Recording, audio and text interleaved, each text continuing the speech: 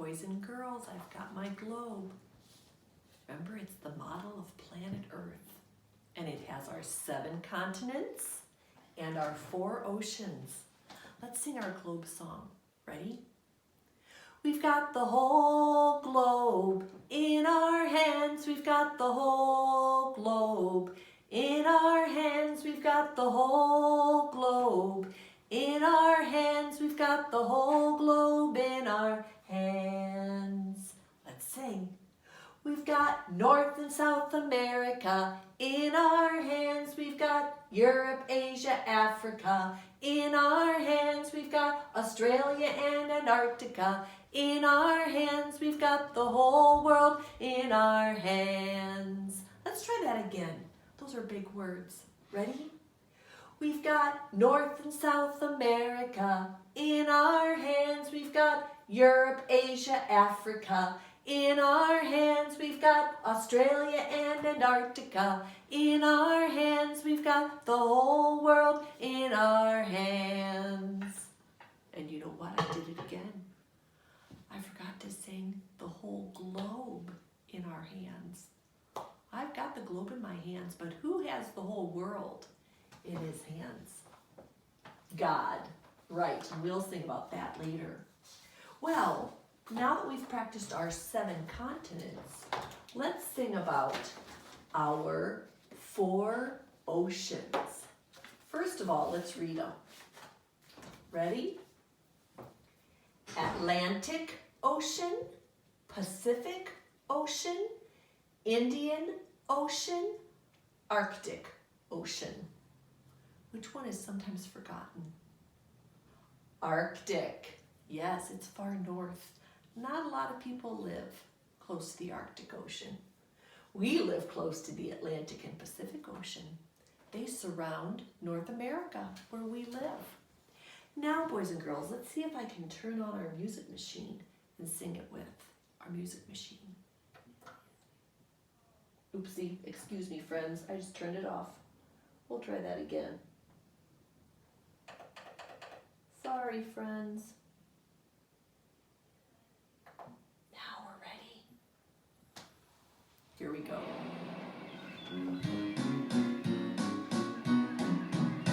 Atlantic's the name of an ocean, Pacific and Indian too.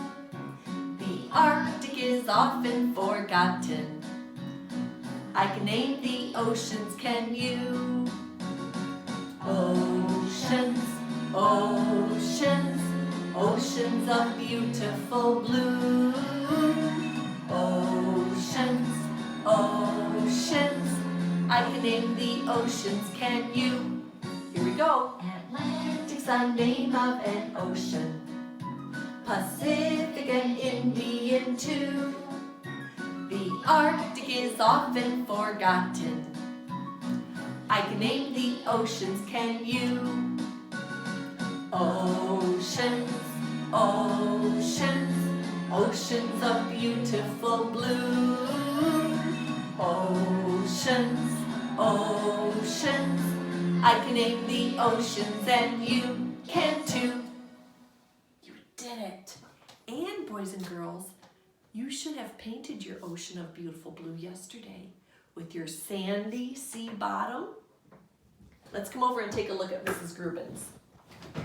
Boys and girls, mine is all dry. So is yours. Excuse me, mine was upside down. There's my ocean of beautiful blue with my sandy sea bottom, or my sandy ocean bottom.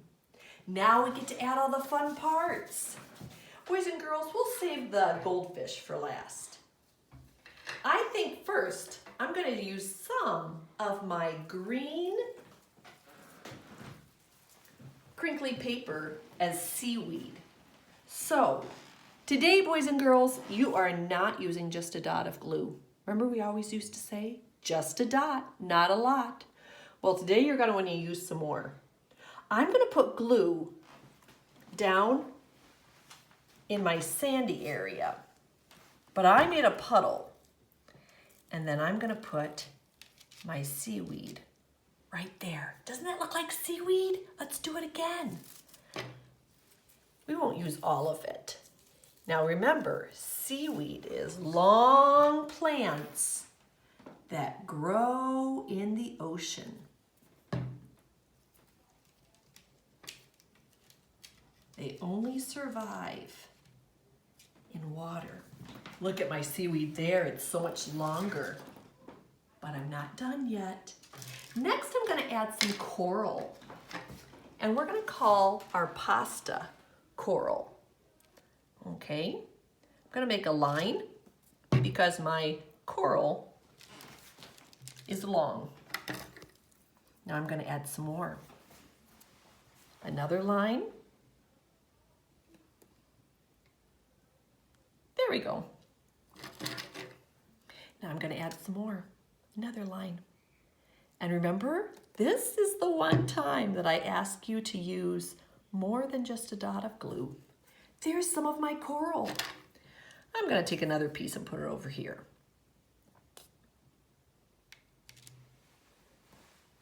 There we go. Now I have coral and I have seaweed. Next, I add my shells. Boys and girls, there are real shells that I sent home with you. Now I want you to make a line going that way. And lay down your shell. And now I'm gonna put another shell. You know what? I'm gonna put a shell right on my white spot that didn't get covered with sand. Then no one will know that I forgot to put glue there. Now I'm gonna add another sand or another row of glue for this shell. Now I'm gonna put one right up here. And boys and girls, of course, you can put them wherever you want to as long as they're on the sandy bottom, right? And then I'll add my last one right here. There, do you think I'm done? I am with my shells, but now we add our goldfish. Do you think you need to use all your goldfish? No, you can eat the rest, maybe for lunch today, okay? Boys and girls, I'm gonna use this many. And now my fish are gonna swim in the ocean of beautiful blue. Okay? Make a puddle. Put your fish in. Make a puddle. Put your fish in the puddle. I'm gonna make mine floating in a school. That means they float together to stay safe from big fish predators. There we go.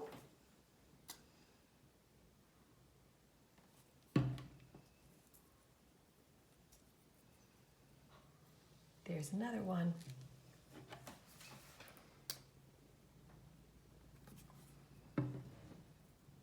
And we'll make this one right there. I'm gonna make this one kind of brave, swimming off by himself. This brave fish is gonna go right there. Okay. And then this brave fish is gonna be down, hiding in the seaweed. Good idea? There. Now, boys and girls, I'm not gonna move my ocean of beautiful blue because it's beautiful and it's wet. And I'll come back maybe tonight before I go to bed and see if it's dry. I want you to do the same. And remember, your song is on the back, so you can really sing your song and show your ocean of beautiful blue. Come on over here and let's read our next ocean animal story. Do you remember yesterday? We learned about my favorite sea creature, the seahorse. Yes, it's a fish that has a head like a horse, a tail like a monkey, and a pouch like a kangaroo. And remember, a seahorse daddy is the one who holds the babies. Yes, the eggs are put inside the seahorse daddy's pouch, and he holds them until they hatch. Now, boys and girls, today we learn about the sea otter. Look at that face. That's really cute. Let's learn some fun facts about this sea otter. It is a mammal. That means it's covered in hair or fur, and it drinks milk from its mama when it's little. And it lives in northern and eastern Pacific Ocean. So it only lives in the Pacific Ocean. And it weighs about as much as 2 preschoolers. So you know what, when it gets big, it's like 2 friends together in preschool. If you put your 2 weights together, you'd weigh as much as a sea otter.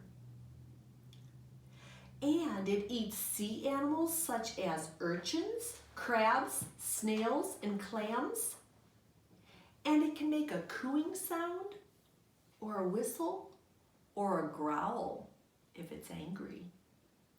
And it usually only has 1 baby at a time. Okay, sea otters are expert swimmers. Their thick, fluffy fur keep them warm in cold ocean water. Sea otters make sure their fur is very clean so that it will keep them warm. Otters spend hours every day cleaning themselves. Look, and when a sea otter dives, its ears and nose close tightly to keep the water out.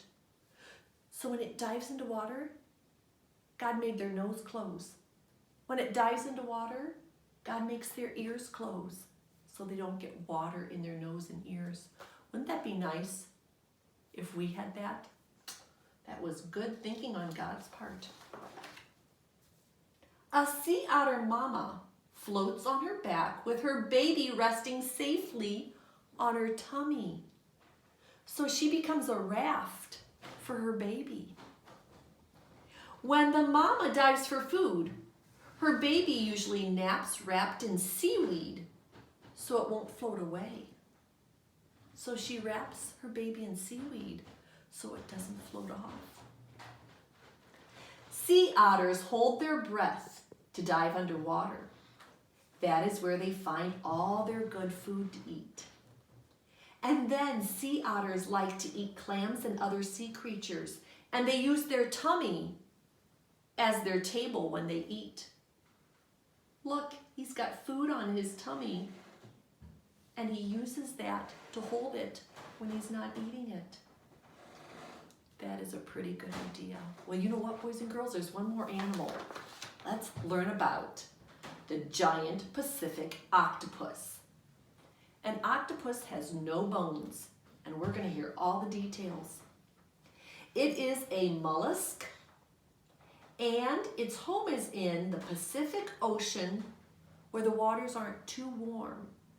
So it lives in the Pacific Ocean just like the sea otters. And from armpit to armpit, that's about as long as a giant Pacific octopus is. Or as long as a small car is the length of a giant Pacific octopus.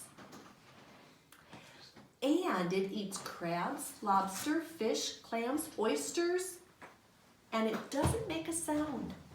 It is a silent animal. And you know how many babies a giant Pacific octopus has? It can have 20,000 to 100,000 eggs laid at a time. A lot of those eggs get eaten by bigger animals, but they lay up to 100,000 eggs at a time. An octopus's whole body is soft and squishy except for its mouth. Its mouth is called a beak. It is sharp and hard.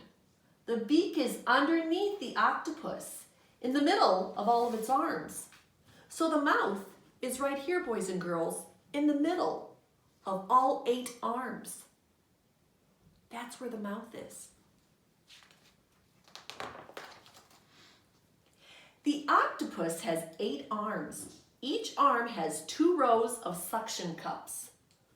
Look, 1 row, 2 rows, 1 row, 2 rows. And that helps him stick to what he wants to stick to. The octopus's two big eyes are on its head. Behind its eyes is part of its body called a mantle. There's the mantle. It looks like a bag. Do you see this octopus's mantle? Under the eyes is a siphon, which looks like a fat straw. Here is the fat straw. Here is one of the eyes. The other eye is on the other side. And here is the mantle. Now, to swim, the octopus sucks water into the mantle, so that fills up with water, and then it squirts it out through the siphon, and it pushes it forward. So it sucks water into the mantle, it pushes it out the siphon, and then that makes the octopus move forward in the ocean. That shoots the octopus through the ocean as it pushes the water out of the straw or the siphon. Now, boys and girls, something else you need to know about an octopus is that octopus blood is blue. Isn't that amazing? Mine is red. Is your blood red? Yeah.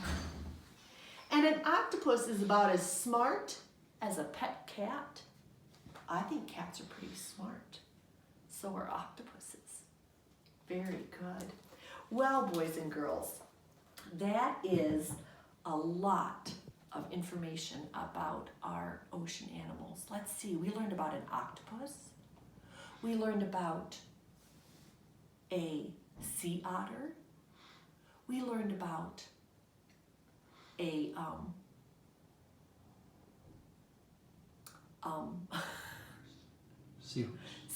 seahorse. Yes, seahorse. I forgot what I was thinking. All I could think of was horse. A seahorse.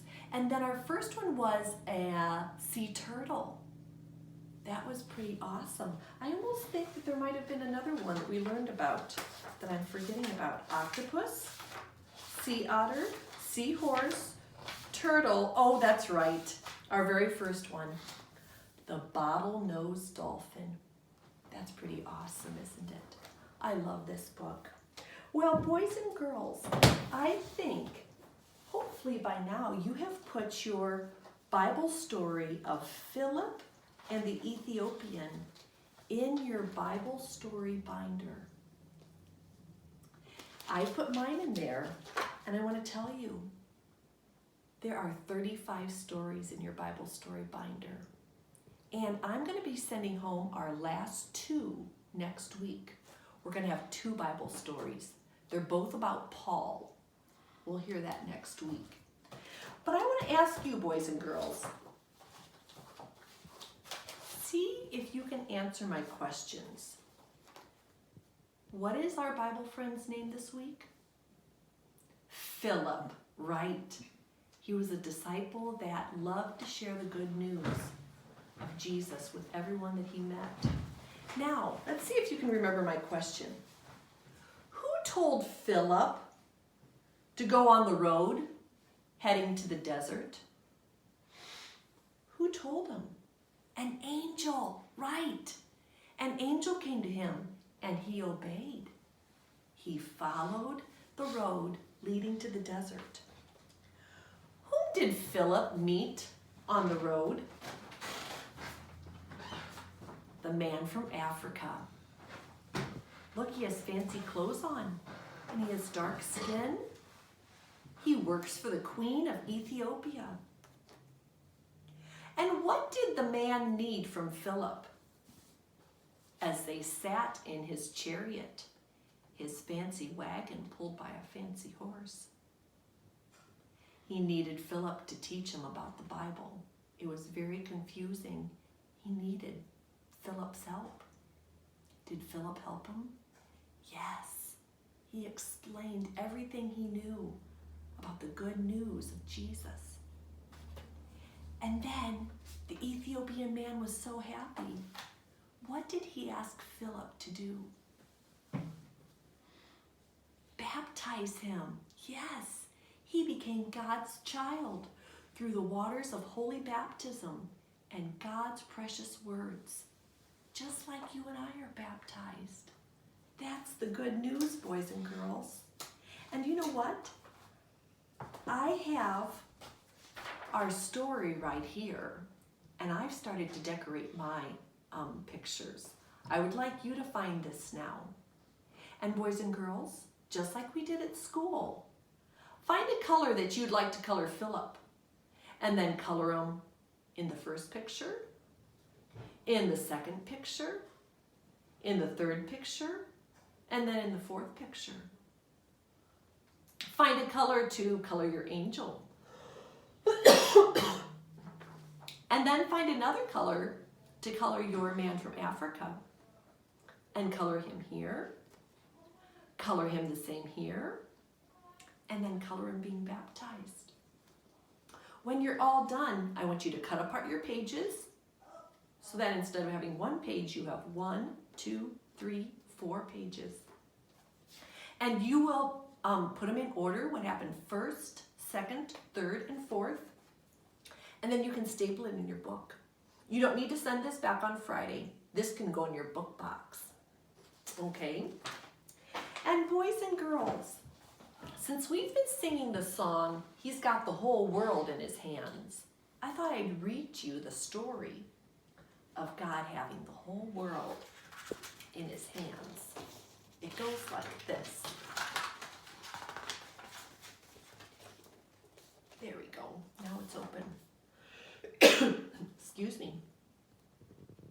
He's got the whole world in His hands. He's got the sun and the moon in His hands. He's got the earth and the sky in His hands. He's got the whole world in His hands. He's got the trees and the flowers in His hands. He's got the oceans and the rivers in His hands. He's got the wind and the rain in His hands. He's got the whole world in His hands. He's got the owls and the bluebirds in His hands. He's got the zebras and the lions in His hands. He's got the snakes and the turtles in His hands. He's got the whole world in His hands. He's got the whales and the dolphins in His hands. He's got the lobsters and the crabs in His hands. He's got the spiders and the bugs in His hands. He's got the whole world in His hands. He's got grandmas and grandpas in His hands. He's got the tiny little babies in His hands. He's got the mamas and the papas in His hands. He's got the whole world in His hands. He's got everybody in His hands. He's got you and me, sister, in His hands. He's got you and me, brother, in His hands. He's got the whole world in His hands. Is the Ethiopian man in His hands? Yes, he is. Are all of the sea creatures in God's hands? Yes, they are. Are all the people that have coronavirus in God's hands? Yes, they are. Are you and me in God's hands? Yes, we are. Boys and girls, after you finish your story of making your Man from Africa book, I would like you to find page 110 in your Little Blessings book. We're almost done, boys and girls. Do your best. I want you to draw a picture of all the people you love in heaven, okay? Draw a picture of how beautiful it's going to be. That's what I'm going to draw. And draw all the people that are going to celebrate with Jesus someday in heaven. Can you do that? And then, boys and girls, let's think, since our school year is almost over, I want you to think about something special that is a great memory of what we did in school. What's a special memory that you'd like your grown-up to write here that you never want to forget about 4K preschool? And then I want to have your grown-up Write something that you've done this week that makes them proud, that you did a good job of, okay? Very good, boys and girls. You have a lot of work to do, so I'll let you work, and you have a great weekend. I will see many of you tomorrow when I visit for our little testing time. And make sure you go to school and get your packets for our last week, okay? I'm gonna have some surprises in there for you. See you soon. Bye-bye.